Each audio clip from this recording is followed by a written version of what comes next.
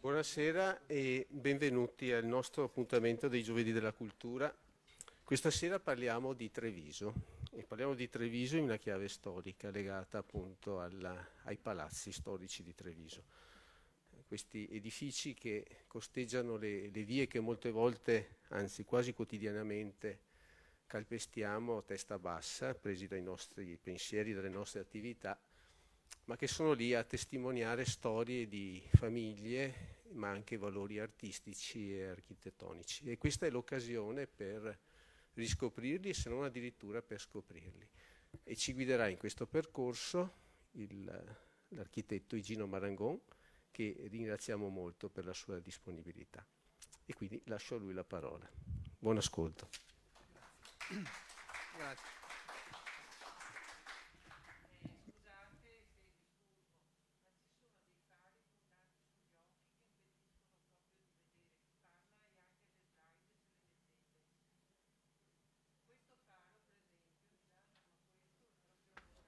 Vediamo di rimediare immediatamente. Magari può spostarsi, signora, qui ci sono dei posti liberi se vuole. Veda lei. Così va meglio, solo che non è illuminato. Un attimo, No, è che io non riesco a leggere, signora, cioè, se, mi scusi, ma...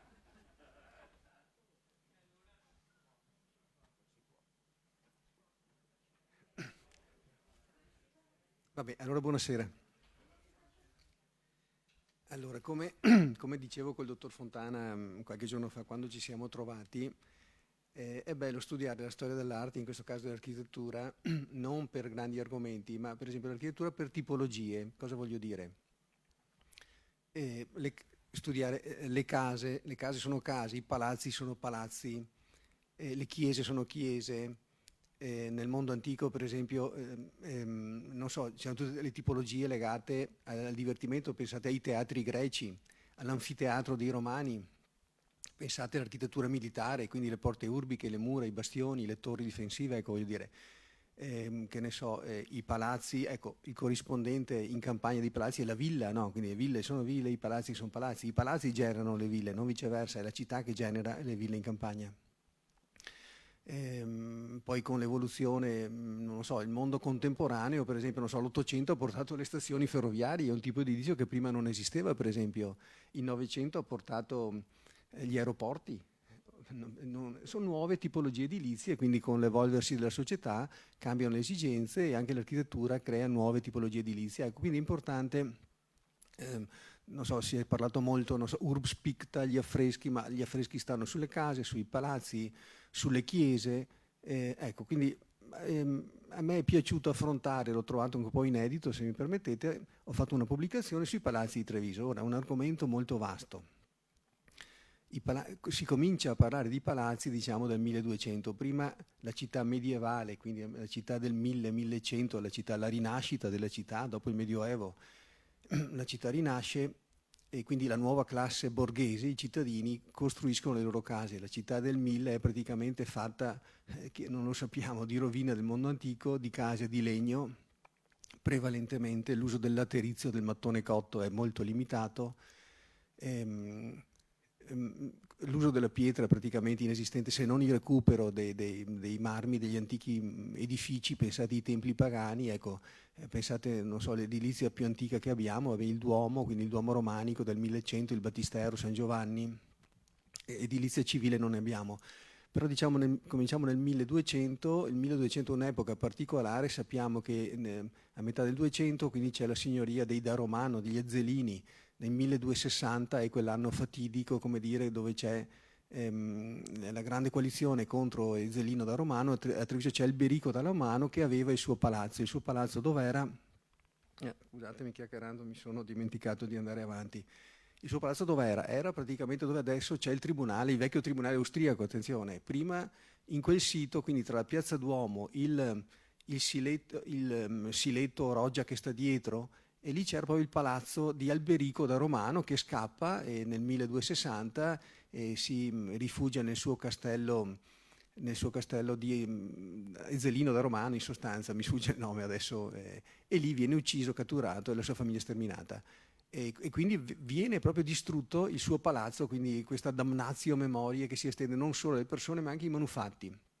Del resto gli Ezzelini uccidevano i propri nemici, lo sapete, demolivano le loro case, le loro torri, questo lo sappiamo. Quindi, e quindi qual è la tipologia edilizia di questo, diciamo, di questi primi secoli, che poi da un punto di vista architettonico viene definito il periodo del romanico, lo stile romanico, della rinascita, della riscoperta della romanità, la rinascita della città dopo praticamente i secoli bui.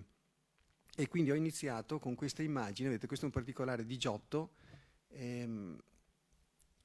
sì, di Giotto d'Assisi, chiesa di San Francesco, mi devo mettere gli occhiali perché, ecco, ecco, vedete, quindi questa raffigurazione della città, quindi le mura urbiche, le porte urbiche, gli ingressi alla città, le mura merlate, l'edilizia, ecco, e vedete tutte queste torri. Ora, questa è una torre che è una campana, ma queste sono torri praticamente civili, sono le case torri. Quindi l'edilizia fortificata, perché? Perché la città non è sicura, perché c'è una guerriglia urbana tra le famiglie potenti, i guelfi, i ghibellini, ma anche proprio tra famiglie per il potere. La città non è insicura, è insicura. E quindi il tipo edilizio alla casa torre, non esiste il palazzo, non si avverte ancora la necessità, pur essendo famiglie molto ricche. Dopo di Da Romano verranno i Da Camino, anche loro nel 1312, poi verranno, come dire, cacciati, e mentre sul sito del palazzo dei Da Romano, abbiamo detto, viene confiscato praticamente e verrà costruito poi nel 1300 il Fondaco delle Biade nel sito del palazzo dei Da Camino, che poi dove adesso c'è la chiesa di Santa Caterina. Viene praticamente, per un certo periodo rimangono le rovine di questo palazzo e poi si insediano i frati minori. Un'altra immagine che mi sembra giusta per inserire il discorso è questo particolare di questo affresco Tommaso da Modena e un altro collaboratore, mi sfugge il nome, Santa Caterina. Vedete, Santa Caterina ha il modello della città di Treviso in mano, vedete le mura proprio, queste strane torri che poi sono forate all'esterno, che non può essere perché le mura dovevano essere, semmai, sono disegnate al contrario secondo me, perché erano aperte all'interno per risparmiare materiale. E vedete le torri, ecco, se ingrandiamo il particolare, vedete proprio tutte queste torri praticamente che riempiono l'interno di questo modellino di Treviso. Vedete la chiesa di Santa Caterina in costruzione, lo conoscerete sicuramente perché è un particolare molto, molto pubblicato. Vedete col tetto, con questa parete provvisoria di legno, con la cucitura dei muri interrotti in fase di costruzione, e vedete tutte queste torri. Questa è l'edilizia. Ora andiamo a vedere queste torri. Ho messo questa immagine per mostrarvi, questa è una casa minima, diciamo, è una casa romanica, quello che si è salvato in Vicolo Bianchetti, ora è stata restaurata, ma si presentava così, immagino, a inizio secolo, è una foto storica. Quindi, come dicevamo, le case civili normali erano case modestissime, a struttura lignea prevalentemente, di un solo piano fuori terra, o a struttura mista, quindi terracotta, mattoni e legno, oppure anche case intelaiate, legno, mattoni crudi e paglia, come le vediamo magari nel nord Europa, si sono salvate. Quindi pensate, già una casa fatta in muratura, una semplice casa, era praticamente un palazzo per l'epoca, perché noi dobbiamo adattare il nostro modo di vedere ai secoli, a questi secoli così lontani. Siamo quasi a livello di archeologia, voglio dire, parliamo del 1200. Le torri, vedete, ne sono conosciute diverse, quindi la Torre degli Oliva in via Paris-Bordon, la Torre dei Canonici, che è sempre in via Paris-Bordon, ma è stata bombardata e praticamente rifatta, quindi è insignificante da un punto di vista architettonico. La Torre di Tempesta, che era nel sito più o meno dell'attuale campanile del Duomo, quindi dicono è la Torre di Tempesta, ma probabilmente non è quella, ma lì c'era la Torre dei Tempesta, che erano poi avogadori del vescovo, signori di Noale. E poi saranno allontanati e subentreranno gli Azzoni, che diventeranno Azzoni e Vogaro. Poi del Visdomino o del Burchiellati. Sì. Mi sentite meglio? Sì. Ecco qua. La torre, se avete presente la torre di via Cornarotta di fronte alla Fondazione Benetton, di fronte a Palazzo Bonben. Poi c'era una torre dei Da Castelli proprio sul sito del Palazzo Bonben, dei castelli feudatari, diciamo, dalle parti di Asolo, Monfumo, avevano il palazzo urbano. Poi la torre Rossignona in Calmaggiore, poi vedremo la torre degli Ezzelini, che era nel sito dell'attuale Piazza dei Signori, perché la piazza era più piccola, con la cacciata degli Ezzelini, viene demolita anche là, oltre al palazzo di Alberico che si trova in Piazza Duomo, anche il palazzo di Ezzelino praticamente viene confiscato, demolito e viene allargata la piazza e demolita la torre. E poi c'è una casa torre al ponte di San Leonardo, uno studio di Cagni molto interessante. Ecco qua, iniziamo con la torre degli Oliva, vedete una foto storica, lo stemma degli Oliva. E qui vedete una veduta di scorcio, perché non è, immaginate, la via Paris-Bordone è piuttosto stretta, un acquerello del Carlini che già dimostra come rispetto alla fine dell'Ottocento è già cambiata, per dire, quindi nel giro di pochi anni. Questo è un documento interessante, vedete, viene praticamente dall'archivio del comune e abbiamo, vado avanti un attimo per mostrarvi, ecco, se noi guardiamo la torre qui la vedete qui sulla destra, questa è una casa torre, quindi no? Costruita attorno alla torre. Non sappiamo chi sia la famiglia che è conosciuta Oliva, ma di sicuro nel 200 non erano gli Oliva, è conosciuta come Oliva, famiglia, ma nel 500. Quindi vedete nell'Ottocento cosa si fa? Questo è un progetto Plotti del 1840 che prevede la demolizione della torre. Questo è il prospetto, quindi il prospetto al 1840, e questa è la proposta, quindi via la torre, regolarizzare tutti i fori. Ecco, l'Ottocento inquadra tutto quanto, quindi tutti i fori arcuati vengono architravati, in sostanza è il neoclassico, è il linguaggio neoclassico che predomina e che ha trasformato tantissimi edifici, però se si levano gli intonaci si vedono proprio le tracce degli archi rimasti. Ecco, quindi per dire, le torri a un certo punto sono inutili, perché effettivamente sono inutili, l'esigenza difensiva non ha più senso. Immaginate San Gimignano, per dire, no? Una volta era anche un elemento di prestigio, poi pensate, nell'Ottocento sono già passati 6 secoli, non hanno più senso e quindi vengono demolite. È un documento molto interessante.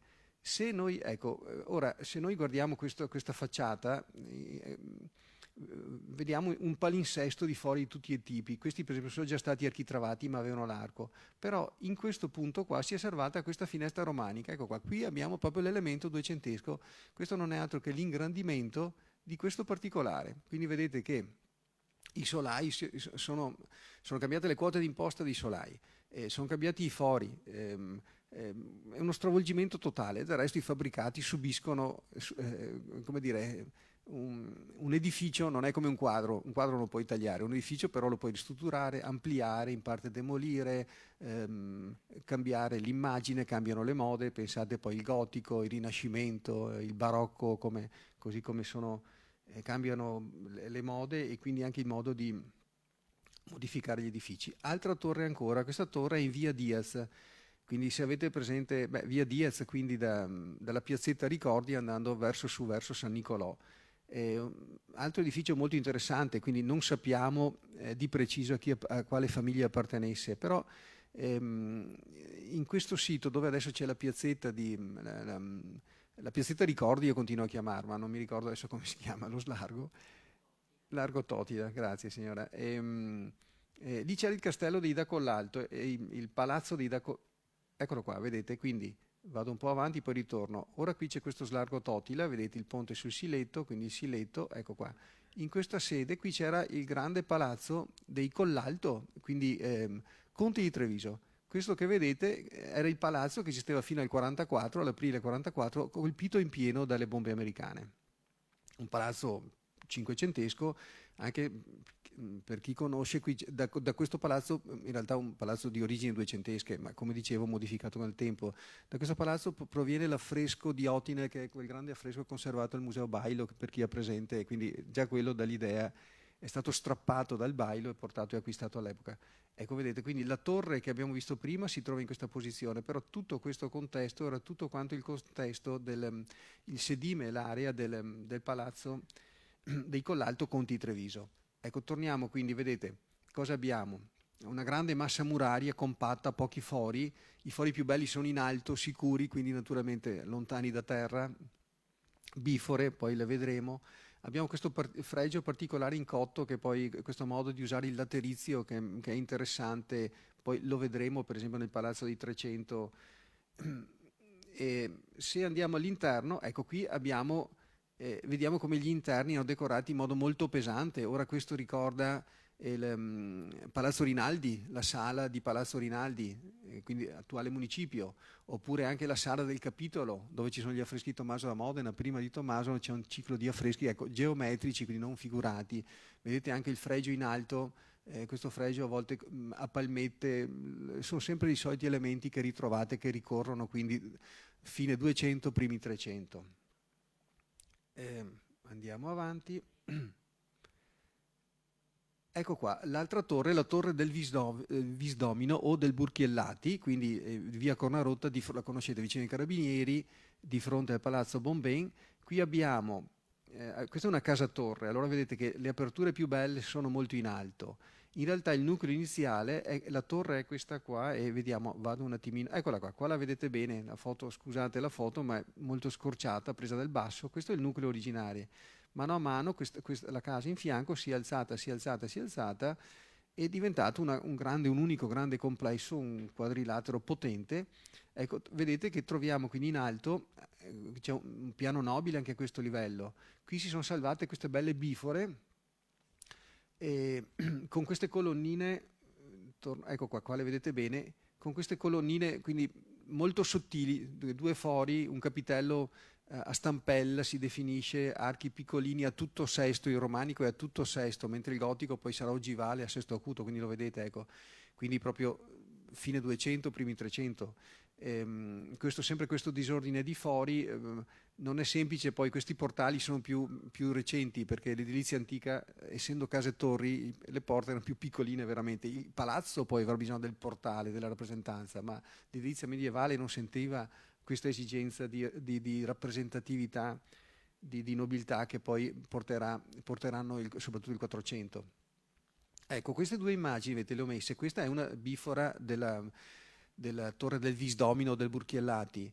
Quest'altro è un acquerello conservato in biblioteca comunale. Sono acquerelli fatti da Carlini e da tanti altri. Era l'abate Bailo che commissionava questi acquerelli a questi artisti molto bravi, che fortunatamente hanno rappresentato edifici e porzioni di edifici che poi sono andati anche distrutti, tra l'altro. Ecco, interessante perché vedete, nel caso di murature con più spessore, quindi edifici, la colonnina singola diviene binata, vedete, e vedete che l'arco che inquadra i due archetti da semicircolare diventa acuto, vedete? Quindi gli archi minori della bifora sono ancora sono romanici, ma l'arco che inquadra la bifora è gotico, quindi è già un elemento di passaggio, vedete già. Ci inoltriamo verso il 300, quindi verso il linguaggio gotico. C'è questo recepimento leggero. Il gotico trevigiano non è certo il gotico veneziano, il gotico d'Oltralpe, perché poi il gotico, diciamo, nasce dai tedeschi, il gotico, dai goti. Il gotico inglese, certo, noi non abbiamo le grandi cattedrali dei francesi o degli inglesi, abbiamo però sentiamo questo influsso e soprattutto poi Venezia lo recepisce, ma Venezia ha questa contaminazione poi col bizantino, col Veneto bizantino. Ecco, una cosa che dimenticavo di dire, perché vediamo se stiamo ancora parlando delle case torri, quindi ancora diciamo medioevo, ancora consistente, deve ancora venire il romanico leggero, per esempio della loggia dei cavalieri. Ancora vedete altri particolari, sempre acquerelli, che dimostrano sempre questa, come in realtà questi fori, che poi sono questi piccoli fori che danno valenza architettonica, queste grandi masse murarie, erano particolarmente decorati. Vedete questi motivi a rombi o a conchiglie, e anche l'uso del laterizio, che poi vedremo in altri particolari. Ecco, ancora un particolare della torre Burchiellati. Ecco, vedete che la torre antica è questa qua, qui c'è proprio la linea di sutura. Questa è stata fatta dopo. La torre inizialmente era singola, però era molto snella, e aveva una domus praticamente limitata a 2 piani, che poi col tempo è cresciuta. Ecco l'interno, vedete, ovviamente l'interno, questo è proprio l'ambiente conosciuto, famosissimo, pubblicato tutti i libri. Questa è una foto da Bellieni, e li cito sempre per correttezza, è Orio Frassetto, è una foto di Orio Frassetto. Qui vedete proprio il 500 maturo, quindi però i fori romanici, ecco, con la muratura, vedete questa qua, quindi ambienti anche molto alti di rappresentanza, anche se come dire, bisogna sempre essere molto prudenti perché non sappiamo i solai come erano impostati, bisogna essere sempre molto prudenti con edilizia così antica, mai dar nulla per scontato, l'essere non è l'apparire, ciò che sembra non è assolutamente ciò che era. Ecco, vedete che anche il vescovo aveva la sua torre, è stata capitozzata, poi però c'è ancora la traccia. Vedete qui abbiamo il Duomo, quindi diciamo romanico, ma col portico gotico. Questo è Medoro Coghetto, sono le tele del Coghetto. Ecco, vedete, questo è un dipinto di Beccaruzzi che si trova a Berlino, e quindi abbiamo un nobiluomo trevigiano, questo è il Pacifico, questo è proprio uno scorcio di Piazza dei Signori, è celeberrimo. Qui abbiamo praticamente dove adesso c'è, in sostanza adesso c'è l'edificio della prefettura che noi chiamiamo, però in realtà è un edificio dell'Unità d'Italia fatta in epoca umbertina, che ha uniformato tutto e ha creato tutto un portico uniforme. È stato demolito il vecchio palazzo comunale, degli uffici comunali, bellissimo. Una demolizione inutile onestamente perché abbiamo perso una cosa bella, e qui c'era questa loggia degli incanti con un orologio, quindi vedete anche Treviso, come Venezia aveva l'orologio dei Mori, Treviso aveva il suo orologio cinquecentesco degli incanti perché era incantevole per gli affreschi, e poi è stato sopraelevato con il palazzo del Podestà poi veneziano, e purtroppo è scomparso tutto. Però sullo sfondo vediamo la torre rossignona o degli Engenolfi, quindi vedete, uno dice Engenolfi, era una potente famiglia. Ecco, faccio una parentesi, fra 8 secoli se uno dirà Benetton, nessuno saprà chi sono i Benetton, vedete? Se io adesso vi dico Bressa o Pola o Spineda o Engenolfi o Ezzelini, da Camino, da Romano, da Morgano, così per dire, nessuno sa. Uno dice Pola è una piazza, no, i Pola veramente era la più ricca famiglia dei trevigiani insieme ai Bressa, che poi erano rossignoli da Brescia, ma non voglio essere pesante, vado avanti, ecco. Quindi vedete, ecco, guarda, questa torre stava proprio sul Calmaggiore, è stata demolita perché era inutile a un certo punto, e quindi è stato peccato perché sono documenti veramente che scompaiono, ma nell'Ottocento per fare un palazzo ottocentesco. Ecco, ho messo questa immagine, qui non siamo a Treviso, siamo a Padova, Palazzo Zabarella, tutti lo conoscono, perché è un'immagine eloquente in sostanza, ecco, fa capire quindi la grande torre e questo palazzo qua lo vedete merlato, ma è una finta merlatura, e poi addirittura con fori architravati, quindi non so neanche di che periodo siano, quindi molto manomesso, con poggioli, addirittura con parti moderne, ecco, però ecco, vedete, quindi un'edilizia in qualche modo fortificata, le torri con le case torri. Questa era l'edilizia fortificata quando ancora non c'era il concetto di palazzi. Però abbiamo alcuni lacerti di romanico. Allora, le canoniche nuove, quindi queste sono le canoniche vecchie, sapete, poi dopo viene acquisito tutto l'isolato al di là di quella viuzza che separa, che corre dietro le canoniche, e ecco, vedete, questa grande loggia, quindi vedete proprio, io immagino tardo duecentesco, di primi del 300, quindi ecco, architetture colonnine esili, quindi questa loggia ricavata sopra, quindi in un luogo sicuro, e questi sono esempi quindi di edilizia residenziale padronale, voglio dire, queste sono le case dei ricchi, non certo, quindi sono i palazzi dell'epoca. Queste che a noi sembrano case sono autentici palazzi. Ora, questa è la casa dei Daffener, è conosciuta, quindi Daffener, signori appunto che avevano la loro residenza anche in città, che si inurbavano, mano a mano che i feudatari potevano, si inurbavano, la città diventava sicura e perdevano anche un po' il loro potere, però ci tenevano ad avere la residenza urbana. Ecco, vedete, l'acquerello, sempre uno degli acquerelli conservati nella biblioteca, fatti fare dal Bailo, mostra com'era lo stato del fabbricato a fine 800. Vedete che le bifore non ci sono, però io spero che si veda bene, sì, ho un'immagine piccolina, qui ci sono le tracce anche qua. Questa grande monofora centrale c'è col poggiolino. Quindi ecco, quello che vi dicevo, questo è l'edificio che noi vediamo ora, è sicuramente romanico come spirito, dobbiamo essere molto prudenti, gli archi sono a tutto sesto, ecco, qui abbiamo il piano terra, questi pilastroni massicci, ecco, quindi o è molto leggero oppure è molto massiccio, ci sono questi estremi. Abbiamo il cornicione ligneo importante, però vediamo che non è originale, perché ecco, all'epoca non ci sono le cornici di marmo come alla romana, all'antica, che poi sono portate al Rinascimento, no? Il Medioevo ha o piccole cornici di cotto o grandi cornicioni di legno con travi sporgenti modanate, intagliate come la loggia dei cavalieri.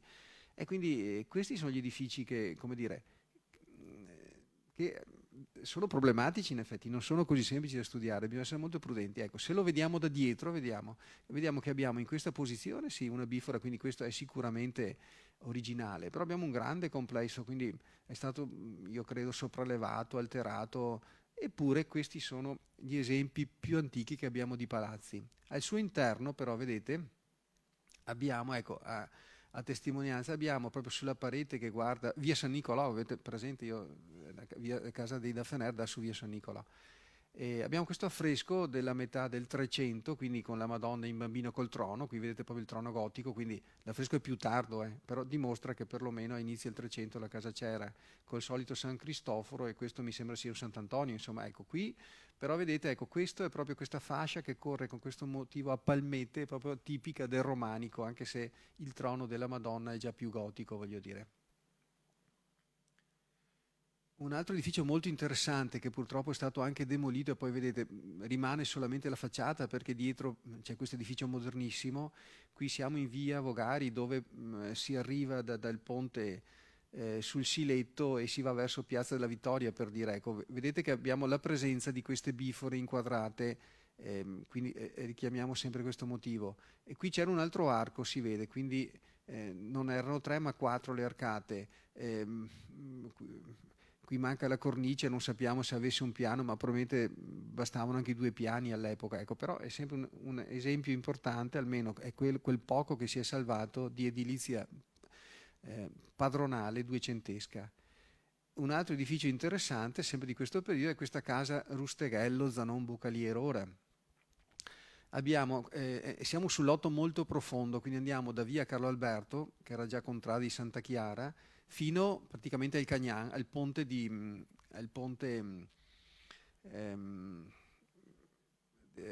Sant'Agata, scusate, che poi era di legno, quindi era un ponte molto più, era una passerella di legno, in realtà il ponte in muratura che vediamo ora è ottocentesco. Quindi abbiamo, vedete, questi pilastrini molto sottili monolitici, come questi qui della casa di Carraresi, se avete presente, archi a tutto sesto, quindi prettamente romanici. Ecco, qui abbiamo anche una simmetria di impianto, abbiamo 5 archi di facciata, voglio dire, abbiamo 3 trifore in questo caso, però le vedete sono piuttosto primitive, arcaiche, anche poco eleganti. Abbiamo anche questi elementi poi dopo che si vedono qua, queste lastre di marmo forate, che qui è da capire, si vedono in dipinti del Carpaccio, per esempio vedute di Venezia.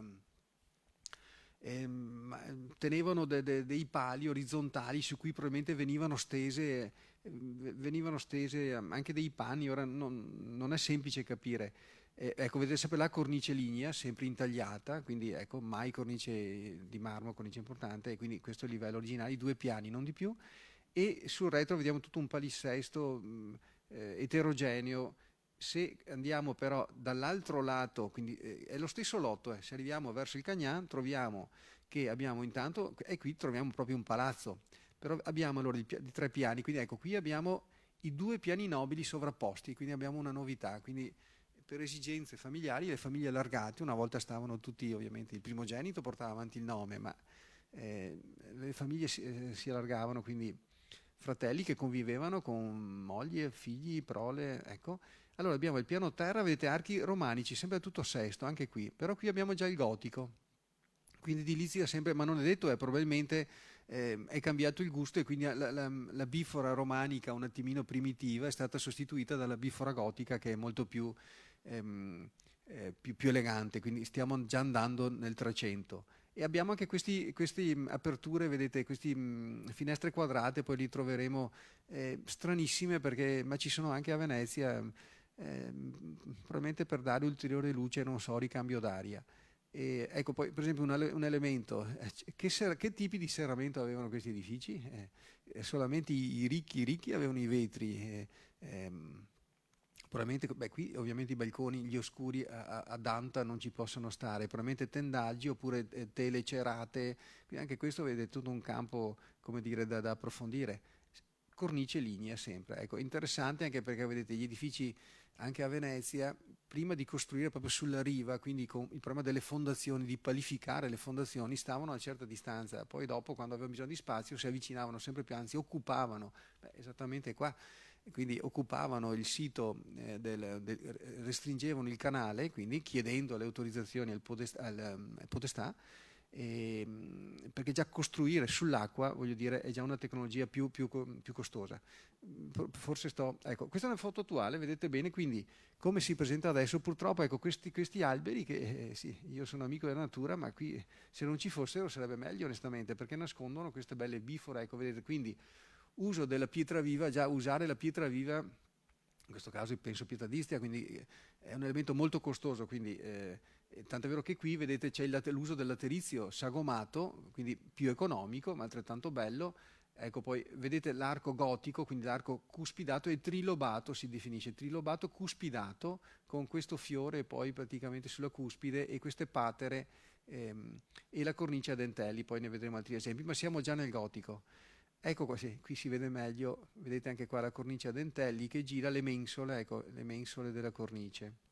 E poi parliamo degli intonaci, degli affreschi, qui, questi erano tutti dipinti ad affreschi geometrici naturalmente. Ecco qua, e qui ho messo la nostra bella casa di Carraresi. Ora, non è un palazzo questo, o perlomeno che sia della fine del 200, primi del 300, nessuno può dirlo con precisione, secondo me. I documenti d'archivio non ci sono e pochi li studiano.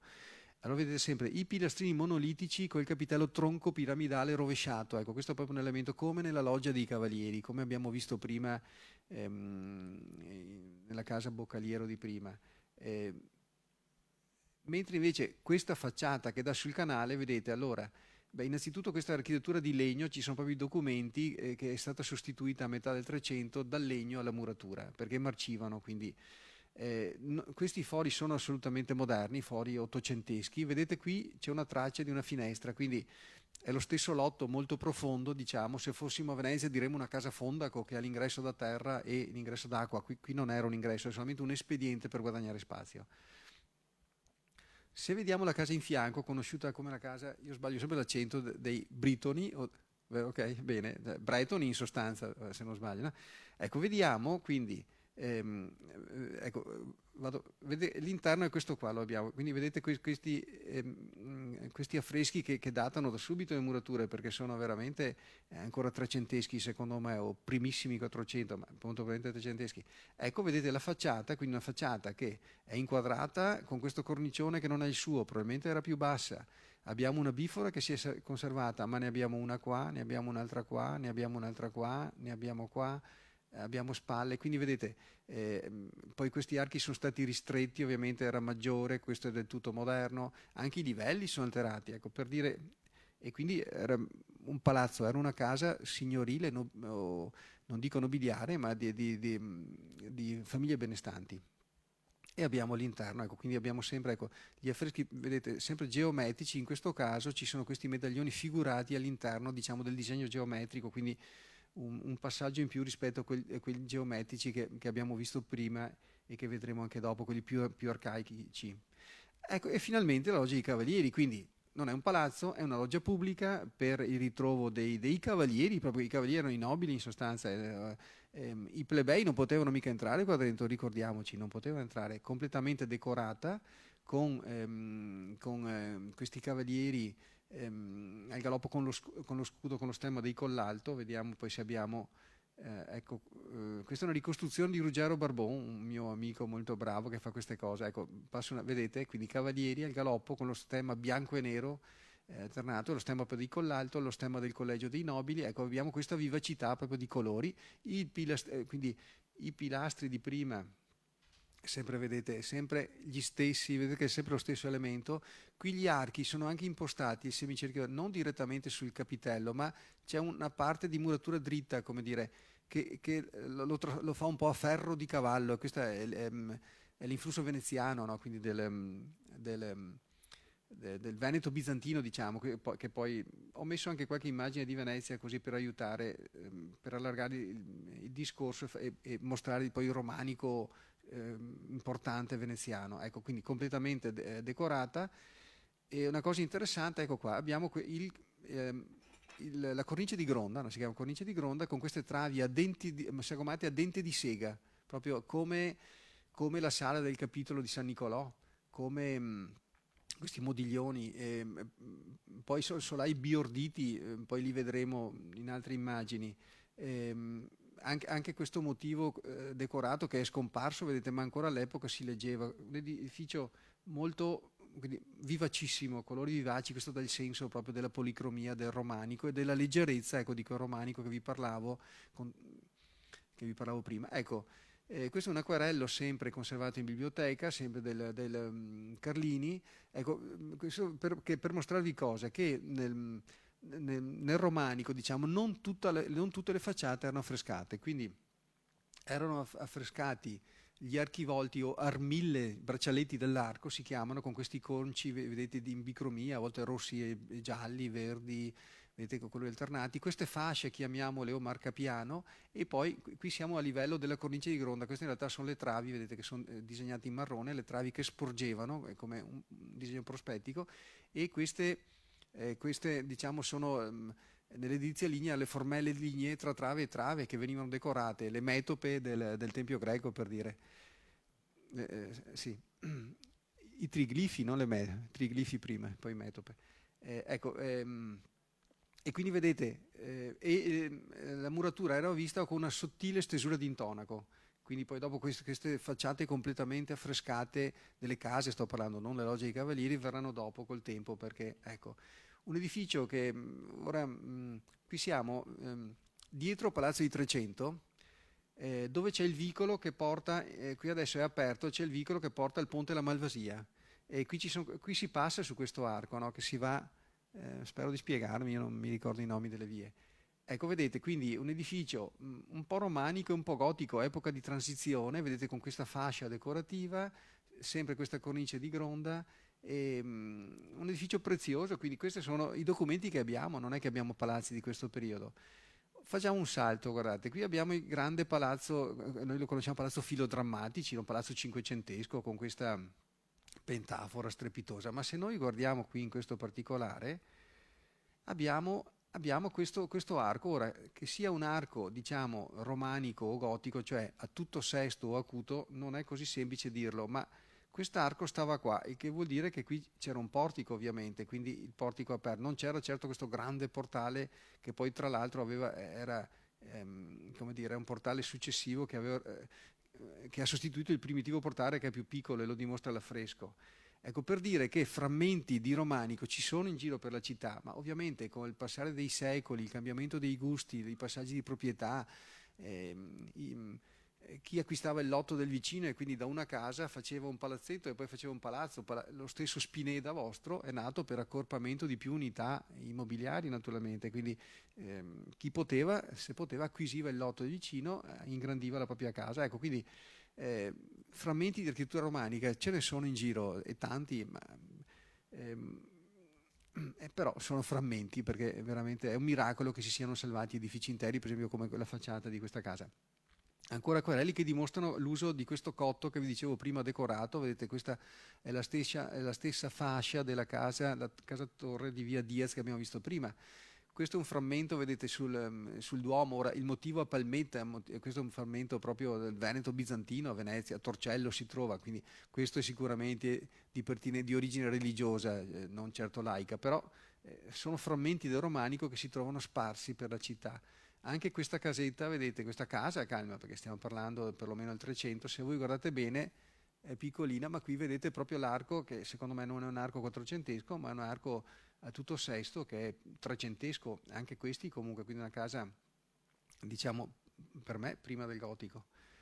Se guardiamo ancora questa casa, qui siamo alla Madonna Grande, piazza Santa Maria Maggiore, quindi vedete sempre questi pilastrini sottili, quindi monolitici, capitelli troncoconici, l'arco impostato leggermente alto, a tutto sesto, e qui abbiamo la nostra bella bifora, ancora arcaica come spirito, lo si vede bene. Questo è ciò che abbiamo. Dalle parti di San Parisio abbiamo questo edificio che adesso bisogna anche capire perché hanno fatto, come dire, questi hanno disegnato con l'intonaco, probabilmente hanno trovato le tracce, ma ecco, però i pilastrini sono inizi 300, l'arco è ancora tutto sesto, i capitelli sono quelli e all'interno abbiamo questi affreschi, e questi è evidentissimo, sono questa coppia di cavalieri che siamo in pieno 300, se non addirittura prima.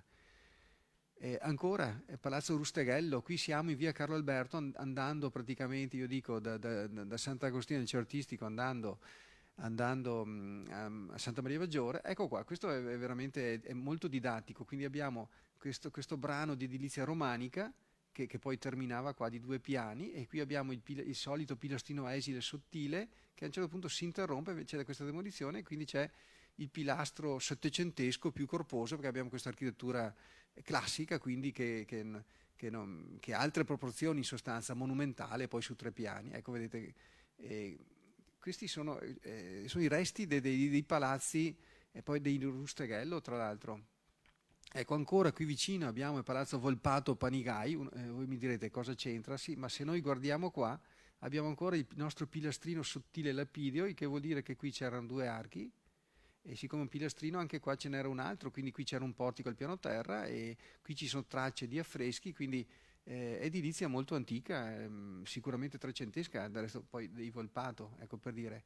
E poi vabbè, sono arrivato al Palazzo di 300, quindi non è architettura residenziale, nobiliare, ricca, è architettura, qui avevano sede gli uffici del comune, quindi una grande mole, però vedete che l'ho messa, allora si dimenticavo, vedete, nella foga così dell'esposizione, il problema della scala. Il concetto dello scalone, pensiamo all'importante scalone qui di Caspineda, che è bellissimo, strepitoso, ma il concetto della scala monumentale nasce col 6-700, pensiamo a Longhena, Venezia, Carezzonico, pensiamo a San Giorgio, no? La prima scala è Longhena.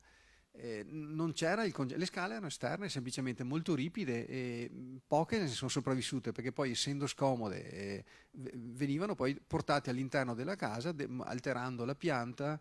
Vedremo poi dopo a Venezia stessa, ecco, quindi la scala esterna e queste trifore, quindi un'evoluzione ulteriore. Queste sono proprio romaniche, perché sono praticamente addirittura fine del 1100-1200, con l'uso con quel cotto decorato che vi dicevo prima, proprio del puro laterizio. Vediamo se ho messo, ecco qua, sempre gli acquerelli che il benemerito Bailo faceva fare. Vediamo tanti particolari di queste arcate, di queste trifore, uno diverso dall'altro. Ecco, per esempio non c'è questa, poi sarà il neoclassico che porterà alla literazione, qui c'è questa diversità. Ecco, però se guardiamo l'intradosso degli archi, no, così, dei soffioni, e qui si sono salvati gli affreschi originali, che vedete sono geometrici in parte. Qui ci sono questi animali fantastici, così, e questi sono proprio importanti, sono proprio originali, diciamo, fine 200, primi 300. Ora non sono un esperto di affreschi, ben altri, ma li ho messi per far capire, è sicuro che sono proprio gli affreschi più antichi che abbiamo a Treviso praticamente. Ecco, poi dopo mi sono permesso di inserire, io spero di non abusare della vostra pazienza, alcuni esempi veneziani, perché il vero romanico poi lo vediamo a Venezia. Allora, quella leggerezza che dicevamo prima, e qui la vediamo proprio, quindi vediamo il fondaco dei turchi. In realtà poi è diventato un fondaco dato quindi ai popoli orientali. In realtà era palazzo dei Pesaro, questo Giacomo Palmieri da Pesaro, abbiamo dati del 1230, è iniziato a costruire, definita in un testamento Domus Astazio, Domus Magna. Questi sono i termini che troviamo, diciamo, leggendo i documenti.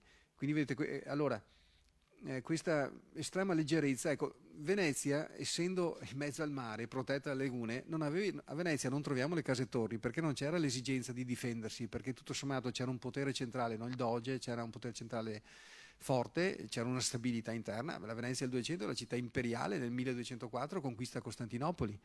Quindi pensate alla potenza, no? Treviso, noi insomma, per tutto l'amore che abbiamo per Treviso, ma Treviso rispetto a Venezia è veramente la città suddita, è una cittadina. Ecco, per dirvi, quindi l'esempio più prestigioso e più antico del romanico veneziano, ma si presentava così il fondaco dei turchi, quindi come lo vediamo ora è un intervento di un grosso restauro, quindi non è detto alcune cose, oppure questo rivestimento marmoreo così Vabbè, comunque quello che ci interessa è questa tipologia edilizia, quindi questo schema tripartito, le torri, vedete queste finte torri perché poi sono aperte, e questo portico continuo, loggia continua, beh, poi dopo anche la casa a fondaco, quindi qui l'arrivo, l'ingresso dall'acqua. E poi questi pilastri che poi qui si vedono, questi strani pilastri scanalati, ecco qua.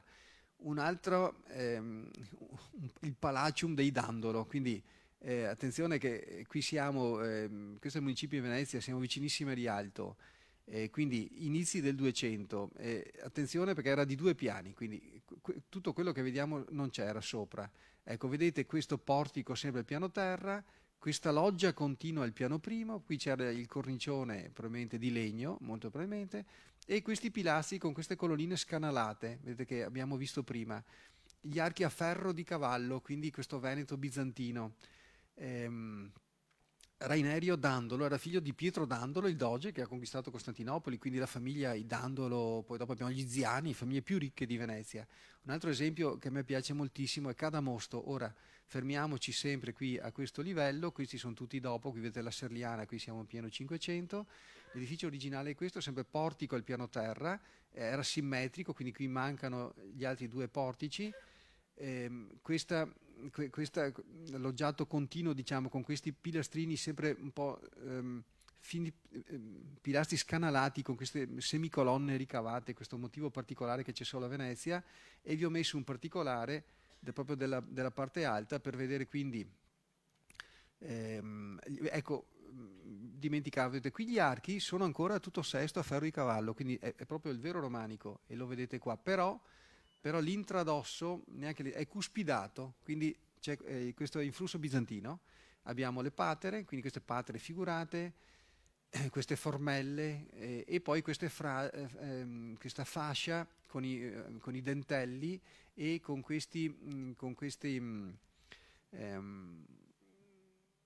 rami vitinei in sostanza, figurati con animali e con rami.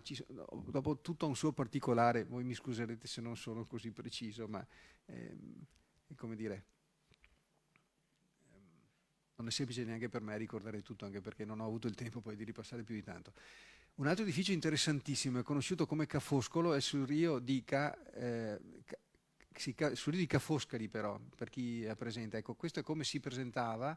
In realtà qui adesso è stato un po' restaurato, ma non avevo foto. Ecco, vedete sempre queste aperture al piano terra e con questa ricchezza praticamente di tutti questi archivolti scolpiti con le patere, proprio gli esempi più antichi del romanico, del Veneto bizantino.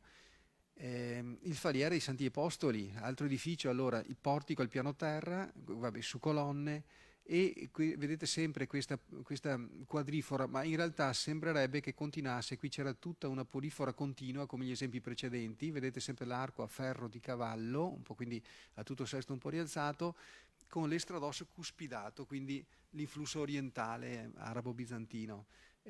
Questa sembra anche originale, quindi qui abbiamo 2 piani nobili anche qua, abbiamo la cornice di pietra viva. Vado velocemente perché non vorrei, ecco, un palazzo degli Zane in campo Santa Maria Mater Domine, e quindi ecco, qui abbiamo la grande cornice, quindi edilizia duecentesca, cornicione ligneo, abbiamo questa quadrifora, sempre, non voglio ripetermi, esempi molto antichi e molto belli poi secondo me da vedere. Ecco, un particolare della quadrifora, vedete, ecco, anche dopo sempre questo linguaggio veneto-bizantino, queste croci tutte scolpite al basso rilievo, le patere oppure le formelle figurate, qui sono proprio gli elementi tipici dell'architettura di questo periodo e ce ne sono tanti a Venezia. Di questo palazzo, mi scuserete, non mi ricordo il nome, è interessante perché abbiamo un doppio piano nobile e molto probabilmente anche qua continuava il loggiato, vedete, qui abbiamo gotico, questo è romanico, qui abbiamo 500, i poggioli poi ancora forse tardo 500, fori architravati, questi palinsesti che poi si creano col tempo, addirittura avancorpi che vanno verso il fiume. Entriamo poi a questo punto, entriamo nel gotico, diciamo, e quindi metà 300, secondo me 300, primi 400. Allora, inizio con Cada Noal, quindi dei Novali, poi i documenti sono tutti è stato Botter che gli ha dato questo nominativo nei restauri degli anni 30, quindi un edificio prestigioso, molto bello, quindi un portico di 5 archi, qui abbiamo proprio il linguaggio prettamente gotico. Abbiamo questa alternanza di bifore e di monofore col poggiolo. Qui vedete anche l'elemento a diamanti, vedete il gotico poi qui introduce i diamanti, i dentelli, tutti gli elementi grammaticali tipici di questo linguaggio. Ecco, se andiamo nel cortile abbiamo la scala esterna, ecco qua, quello che dicevo prima, il gotico, il 200 e il 300 non ha le scale interne, tutte le scale sono esterne e ogni casa tra l'altro aveva un cortile, anche perché non dimentichiamo che i ricchi avevano pure la stalla per i cavalli, perché loro ci tenevano, noi abbiamo la macchina, loro avevano il cavallo quindi da sella e anche il cavallo da tiro per la carrozza, quindi c'erano due tipologie di cavallo. E quindi anche le carrozze e poi la servitù che stavano i mezzanini, quindi, e qui c'erano anche i letramai, c'erano i fienili, c'era tutto, era un piccolo organismo. Ecco, ho messo queste immagini perché la scala poi è stata ricostruita da Botter negli anni 30 perché hanno trovato le tracce. Purtroppo, appena restaurata negli anni 30, nel 1944 ha subito questo grosso bombardamento, una cosa incredibile. Qui c'era già il museo della casa trevigiana, quindi addirittura sono persi mobili, quadri, mobilia. Ecco, oltre a, quindi dei 5 archi 3 sono originali, 2 sono ricostruiti e se guardate lo vedete perché sono proprio la muratura vista e lasciata. Interessante però perché consente di vedere la struttura lignea del tetto con queste capriate, vedete, col doppio monaco in sostanza. Ecco, una cosa che non si vede, questa la ricchezza della carpenteria lignea di queste coperture. Nel Medioevo erano molto bravi a lavorare il legno. Pensate alle capriate del Palazzo di Trecento con luci di oltre 20 metri, mi sembra. Ecco, quindi un particolare, anche qua vedete questa eterogeneità, questa sembra quasi una torre, tra l'altro, vedete così strana questo corpo, ecco, un particolare del capitello della scala esterna, figurato con questi volti, il gotico anche queste cose a volte un po' ironico, queste figure un po' mostruose, beh, anche il romanico, ecco, vedete poi con queste foglie diciamo di cavolo, questo elemento vegetale e sempre i diamanti qua, no? La ricorrenza di queste punte di diamante. Ecco, per un particolare del catasto napoleonico, vedete i 5 archi della casa dei Danois, la traccia della scala e tutto il giardino, ecco, che andava poi in contrada alle Orsoline. Ecco, il giardino è interessante perché dimostra che c'era tutta quest'area scoperta, magari non avevano i giardini, avevano anche gli orti. E ho ripreso queste immagini sempre da Botter, ecco, degli affreschi, quindi di facciata e del cortiletto interno. C'è un cortiletto interno bellissimo che non si vede molto, ma con questi fiori, così proprio il linguaggio diciamo del gotico fiorito.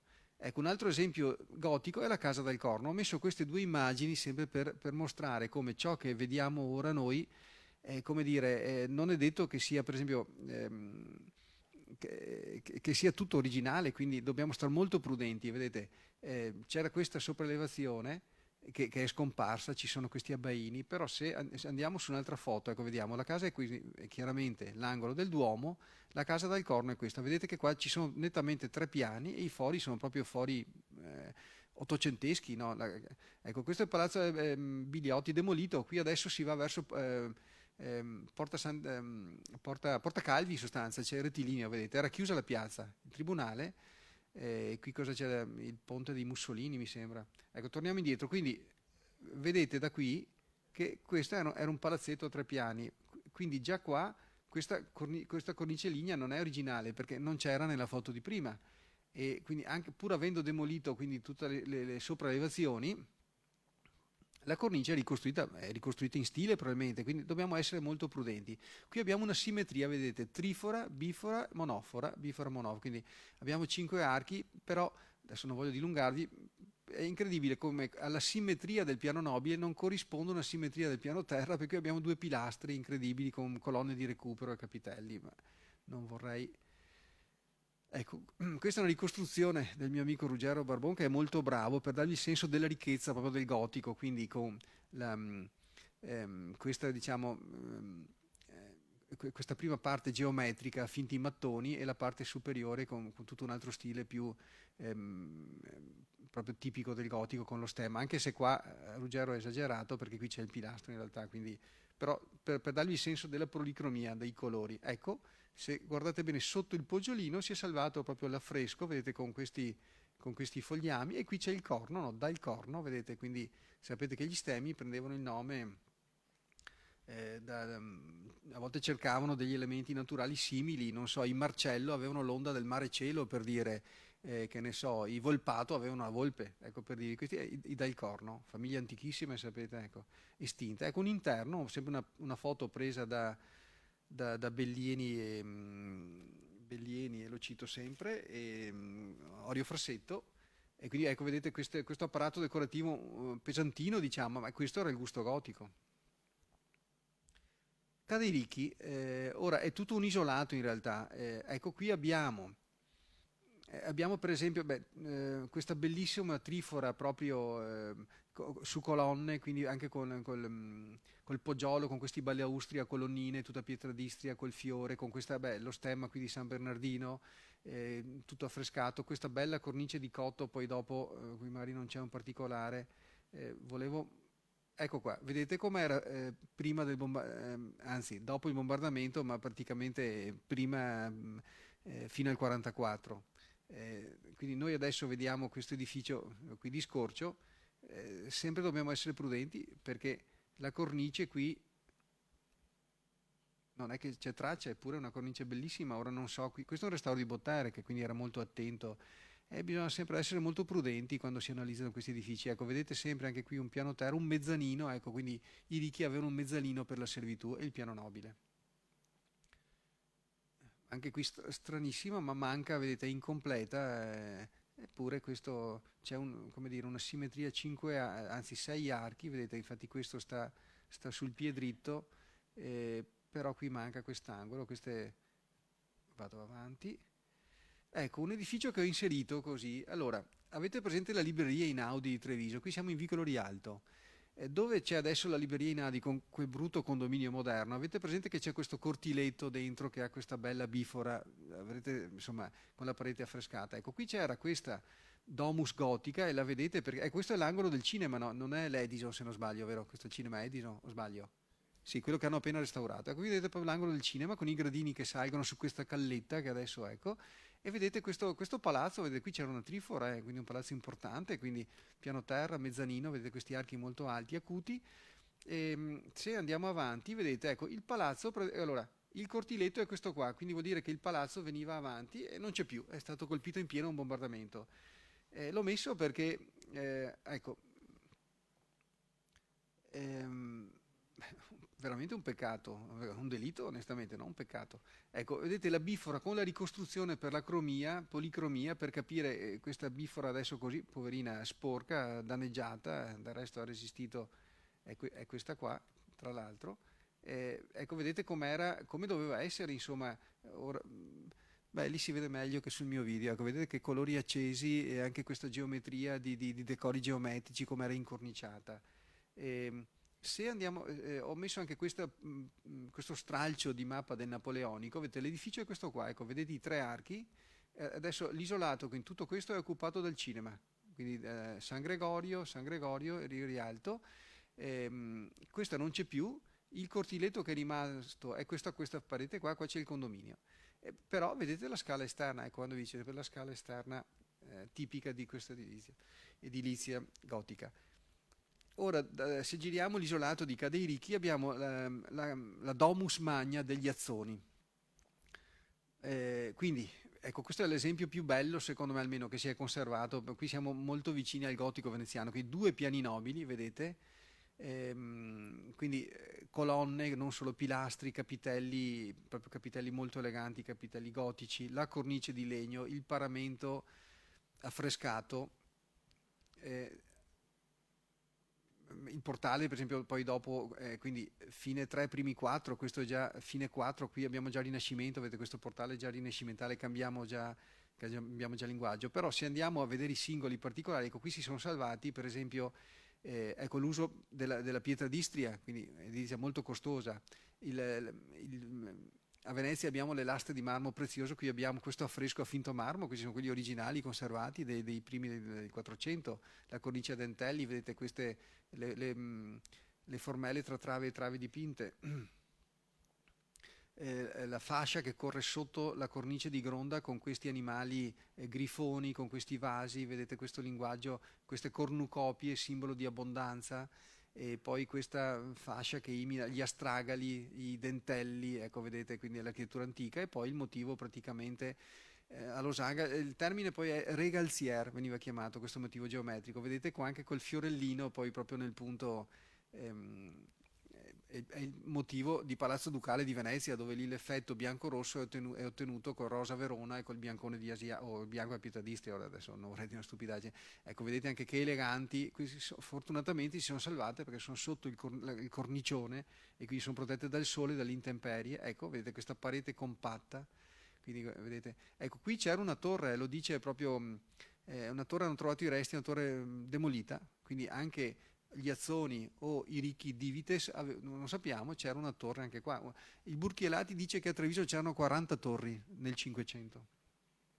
Ecco, un particolare la cornice di Gronda, sempre di questa Domus Magna degli Azzoni, che prendiamo come Ca' dei Ricchi, in realtà è un altro edificio.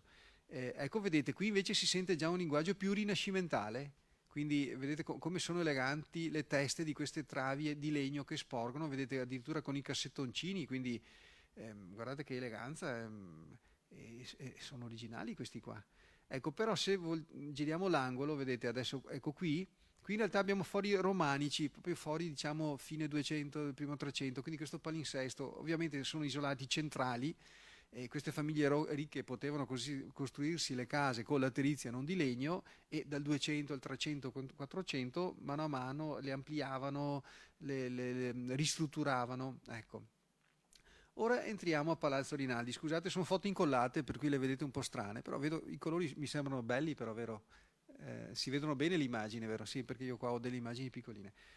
Allora, il palazzo era dei Ravagnini intanto, e poi dei Rinaldi, anche qua famiglie estinte, uno dice Ravagnini, è come dire Benetton, ma e poi i Ravagnini erano potentissimi, estinti, e poi acquistato dai Rinaldi. Pensate alla villa Rinaldi a Casella d'Asolo. Allora, qui abbiamo questo eccezionale solaio praticamente biordito, vedete, travi principali con questi modiglioni a dente di sega come nella loggia di Cavalieri, travicelli secondarie, tavole dipinte, abbiamo, poi vediamo questa policromia incredibile, questo decoro geometrico anche pesante per i nostri gusti. Non guardate questi portali che sono fatti dopo. Questa è la cosiddetta sala a crozzola, cioè non il salone geometrico, ma una sala a L praticamente. A Venezia era anche a T che si affacciava, che sono tipologie arcaiche che noi non comprendiamo, abbiamo perso in sostanza. Ecco, lo stemma dei Ravagnini, vedete, quindi prima dei Rinaldi, ecco, l'edificio è questo qua, quindi aveva un lato sul fiume e ecco, poi tutta la piazza sarà dei Rinaldi, infatti abbiamo un palazzo Rinaldi che dà, proprio prettamente gotico, che dà sul canale, e noi stiamo parlando di questo edificio col cortiletto. Se andiamo avanti, ecco, uno che lo guarda esternamente dice: ma di gotico cos'ha questo edificio? Proprio niente, perché sono fori cinquecenteschi. Ecco. Eppure questa sala si trova esattamente qua sopra, e molto probabilmente qui c'era una loggia, solo che è stata demolita, trasformata. Questo è interessante, ecco, si vede abbastanza bene, è un progetto praticamente dove hanno abbassato di un piano il Palazzo Rinaldi. Questa non tutti la conoscono, ma vedete, attualmente qui c'è il sottotetto e in realtà la cornice di Gronda si trovava addirittura 3 metri più in alto. In effetti tutte le fasce affrescate andando a Palazzo Rinaldi, sopra c'erano gli uffici dell'edilizia che io frequento, è pieno di tracce di lacerti, di brani romanici, proprio quindi inizio 300. Ecco, quindi purtroppo è stato abbassato. E c'era anche una torre qua, tra l'altro, perché lo citano, ed era merlato. Ecco qua, vedete il particolare del modiglione che sostiene la trave praticamente della struttura primaria. Questo gusto incredibile, proprio questi colori accesi tipici del Medioevo, del Gotico. Ecco, vedete, questo è un portale fatto dopo, inserito in un secondo momento, perché questo è cinquecentesco, questo stemma poi che non sono di Rinaldi, quindi quando c'erano dei matrimoni importanti, ma ristrutturavano alcuni ambienti, arredavano, e in questo caso proprio hanno inserito questi portali che non c'entrano nulla col 300. È tutto un altro, ecco. Però per esempio nel cortiletto interno c'è questa vera da pozzo che è originale, l'hanno trovata ed è esposta, e vedete proprio quindi il gotico, il cordone gotico, vedete il cordone gotico, questi probabilmente sono diamanti, poi proprio il diamante del gotico, e questa loggia continua che gira attorno a questa piccola vera da pozzo, perché è piccolina ma è un gioiellino. In questo cortiletto esterno, molto piccolo, sapete, un cortiletto di 5x5 metri, però ci sono questi frammenti, ecco, vedete, quindi, e qui anche qui c'erano queste logge, queste aperture che davano luce. E quindi, come vedete, grande prudenza, quello che noi vediamo non è certo l'edificio, un edificio che sembra cinquecentesco, al suo interno nasconde queste cose, chissà facendo dei saggi cosa potrebbe saltare fuori poi dopo, anche se...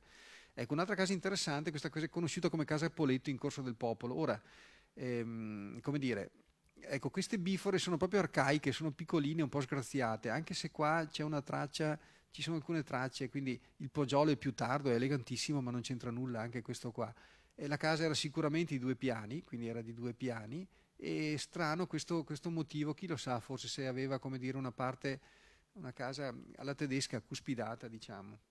Ecco. Anche Palazzo Scotti, vedete, che ha ristrutturato nel Settecento dal conte Ottavio Scotti, in realtà sul lato verso il Sile, dove adesso c'è via Toniolo, che non c'erano tutti i giardini con gli orti che andavano verso il Sile, quindi dal palazzo si vedeva il fiume. E vediamo quindi il portico gotico e questa colonnina, quindi qui c'era un porticato aperto che dava sul giardino e con una loggia al piano primo. Quindi vedete quello che noi vediamo, ecco. A seguito del bombardamento del 7 aprile, con la demolizione del palazzo Onigo a Vogaro, è rimasta in vista praticamente la facciata, questa facciata qua, vedete anche qua tutta una sequenza di fori, qua sembra quasi una torre per dire, quindi ecco, e questa è la sistemazione incompiuta poi dopo di Ottavio Scotti, elegantissima ma è proprio settecentesca, che non c'entra nulla, ma è quindi la dimostrazione che il palazzo di famiglia era molto più antica. Palazzo Rinaldi sul Botteniga, allora, qui vedete abbiamo arcate gotiche, abbiamo fori architravati, quindi ottocenteschi, abbiamo una trifora rinascimentale. Si vede bene, però all'interno, andiamo avanti, ecco qua, all'interno abbiamo questi affreschi, diciamo, inizio 400, beh, tra l'altro sono anche dei nudi con questi festoni, sono rinascimentali, ma se andiamo ancora avanti, bellissimo, vedete questo sottoportico che dà sul canale, questo con queste, vedete, con queste travi dormienti, queste mensole lapidee che sorreggono il solaio, questa tecnica costruttiva. Ecco, lo stemma di Rinaldi, molto bello, vedete questo animale un po' fantastico, su questo stemma ancora gotico come gusto, però con questi nastrini che sono già... sì, un tardo gotico, un gotico molto raffinato, con questa corona così di vegetale, ma che è tenuta da degli anelli. Guardate che raffinatezza, veramente sono di una raffinatezza incredibile questi stemmi, a dimostrare poi la nobiltà della famiglia.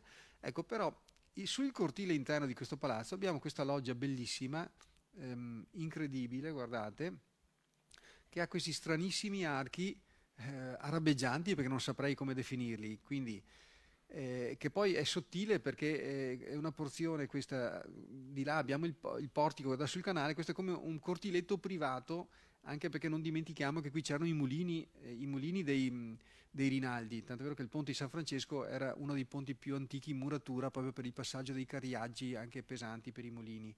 Ecco qua la vedete, quindi guardate che com'è originale questa loggia, adesso recentemente è stata anche restaurata, e al suo interno ci sono questi affreschi che meriterebbero tutto, non tanto diciamo questi festoni vegetali con queste fasce, quanto questa scena di questo carro, è una scena allegorica che ha una grande simbologia su cui io non sono neanche preparato, vi dirò onestamente, ma che merita, ci sono degli studi approfonditi, ora non mi ricordo più la studiosa che l'ha pubblicata. Ecco un particolare del gotico, vedete il cordone gotico con il nodo centrale che cambia praticamente movimento elicoidale. Ecco, e qui termino, vedete, quindi Rinaldi, questo palazzo è rinascimentale. Ora se non abuso della vostra pazienza, non lo so, io ho messo un esempio, per esempio, di Conegliano. ecco un palazzo gotico che si vede che si è conservato, perché c'erano a Treviso, ma nel 500 poi li ristrutturavano, no? Perché le famiglie erano ricche, potenti e il gotico gli dava fastidio, così pure nel 700, quindi c'è questa continua trasformazione, come noi. Io immagino una mia foto di quando avevo 10 anni, 20 anni, 30 anni, quindi sono sempre io, ma però sono tutto fisicamente cambio, lo spirito è mio. È un esempio banale, ma l'edilizia è la stessa cosa, guardate, i palazzi sono così. Ecco, guardate un particolare, ecco, questo l'ho messo, qui siamo a Serravalle, Palazzo Cavalcanti, è bellissimo, guardate, perché abbiamo un palazzotto, e lo vedete di qua, quindi la faccia, questa è la faccia verso il Meschio, il canale. Guardate, quindi queste bifore così arcaiche, questa bellissima cornice di archetti intrecciati. Non è detto che non ci fossero a Treviso, abbiamo a Treviso poggioli con le mensole leonine. Quindi l'ho messo perché merita, ecco, e lo vedete dall'alto, vedete la posizione, quindi tra il Meschio. A seguito delle alluvioni del Meschio, vedete, questo palazzo è stato interrato di 2 metri, perché questi erano, quindi capite anche come non solo i palazzi ma cambiano anche i sedime. Poi ho messo Ca' Foscari a Venezia, quindi un esempio eclatante, addirittura 3 piani nobili, 1, 2, 3, questo loggiato continuo, questo traforo poi tipico di Palazzo Ducale. Ecco, anche qua il problema delle scale, no? Perché questi piani nobili, sempre, vedete, noi, io non ho frequentato Ca' Foscari, ma questa scala non c'è più, quindi vedete questa scala ingombrante, poi tra l'altro anche pericolosa, e pensate, questi nobili, per quanto ricchi, non avevano l'ascensore, si facevano le scale, magari si facevano portare alla servitù, però per dire, e quindi costringevano a fare queste logge coperte per accedere ai vari piani perché convivevano famiglie allargate, quindi il padre con tanti figli. Vedete come qui sia cinquecentesco, ma il gotico, vedete, gotico esterno, ma qui era già stato manomesso. Ecco, la più bella, la Domus Magna del 400, Cadoro, quindi abbiamo questa ricchezza di marmi poi. Sempre ho messo queste immagini, quindi un palazzo dei Morosini in Barbaria delle Tole. Ecco qua, le scale, vedete queste scale strane per salire al piano nobile, con questo gioco poi dopo anche di colonne che sorreggevano parti ampliate, perché poi dopo e stavano sulla parte interna sul cortile. Anche il contarin degli Scrigni, vedete che ha questa scala a bovolo, no? Non è il contarin del bovolo, è un altro, quello che ha la facciata dello Scamozzi, questa qua, se avete presente. Ecco, qui tra l'altro, se vedete in questo angolo, qui si sono salvati gli affreschi. Che è raro perché il salso danneggia le pareti intonacate molto più del nostro umido, che perlomeno non è salso. O il Van Axel, per esempio, anche questo è la scala esterna. Il Damula a Murano, un edificio arcaico, andava per primo come arcaicità d'impianto, ma l'ho messo dopo perché volevo darle una continuità col discorso delle scale esterne. O questo Dalezze, per esempio, dove sempre, ecco, questa leggerezza di questa loggia, però qua già abbiamo un linguaggio rinascimentale.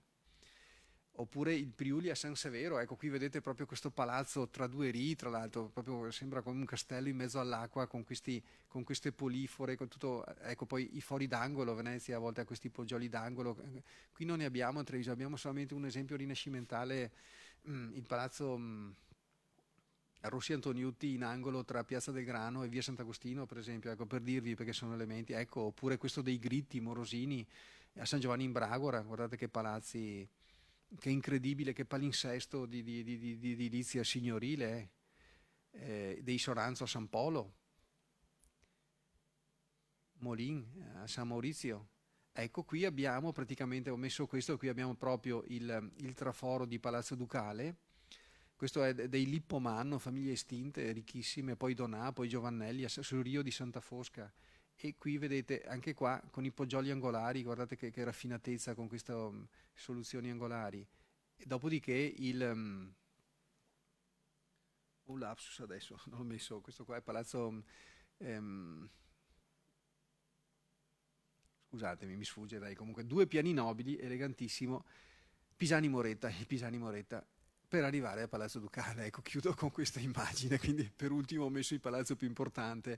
Ecco, vedete qui proprio questa legge incredibile, questa massa muraria che sta sopra questa parte completamente forata, quindi un unicum anche a livello nazionale, no? Perché questa leggerezza dell'architettura veneziana, fondata sull'acqua tra l'altro, col motivo a losanghe, e osservate la prima fase che queste due diciamo trifore in realtà sono a un livello di imposta più bassa rispetto alle altre, quindi vedete anche qua le varie fasi formative, poi girava, se uno lo guarda bene capisce le fasi costruttive.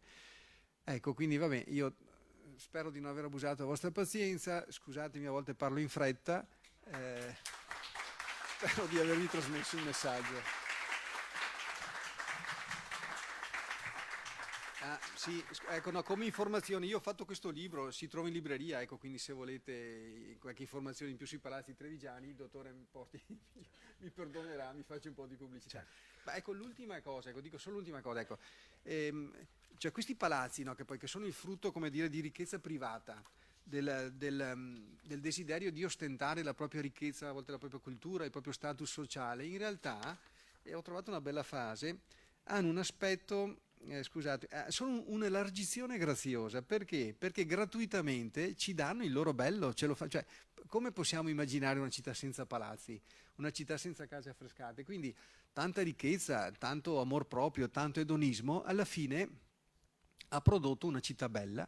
Ha prodotto anche l'invidia dei poveri dell'epoca, pensate nel 400 questi poveri, non dico servi della gleba, ma quasi, o questi contadini che venivano in città, poverini, che vivevano in case di paglia, in casoni di legno e di paglia, e che sì, veramente lavoravano dalla mattina alla sera, e a 40 anni erano morti di fatica.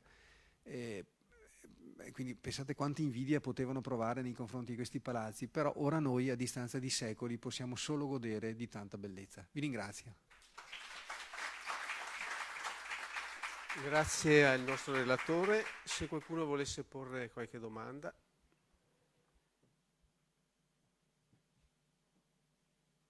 Forse è tardi.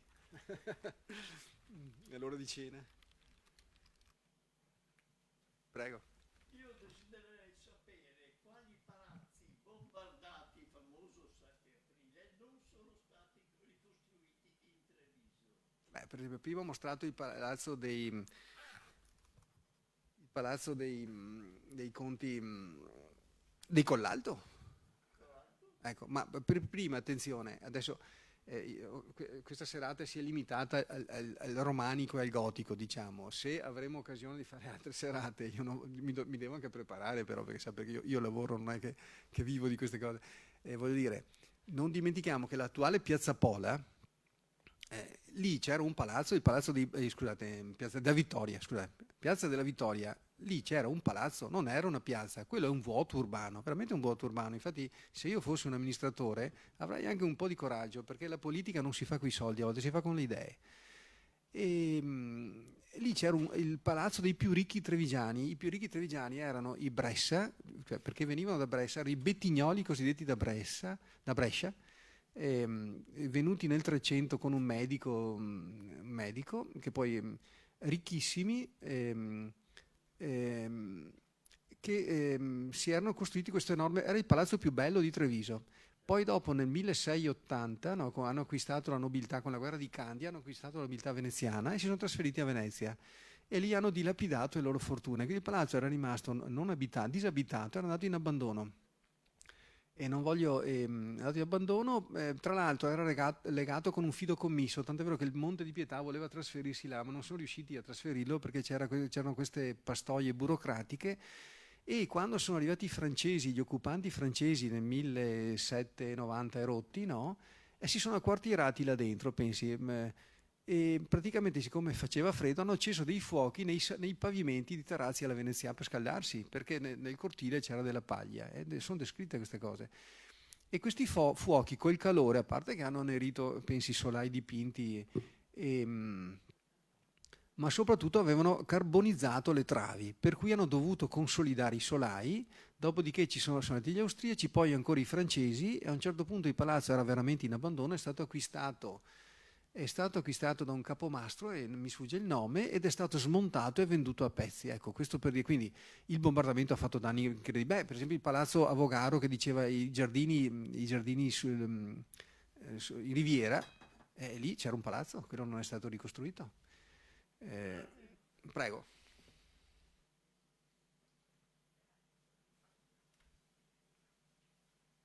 Bene, buonasera. Grazie, al prossimo appuntamento, allora, giovedì prossimo, grazie.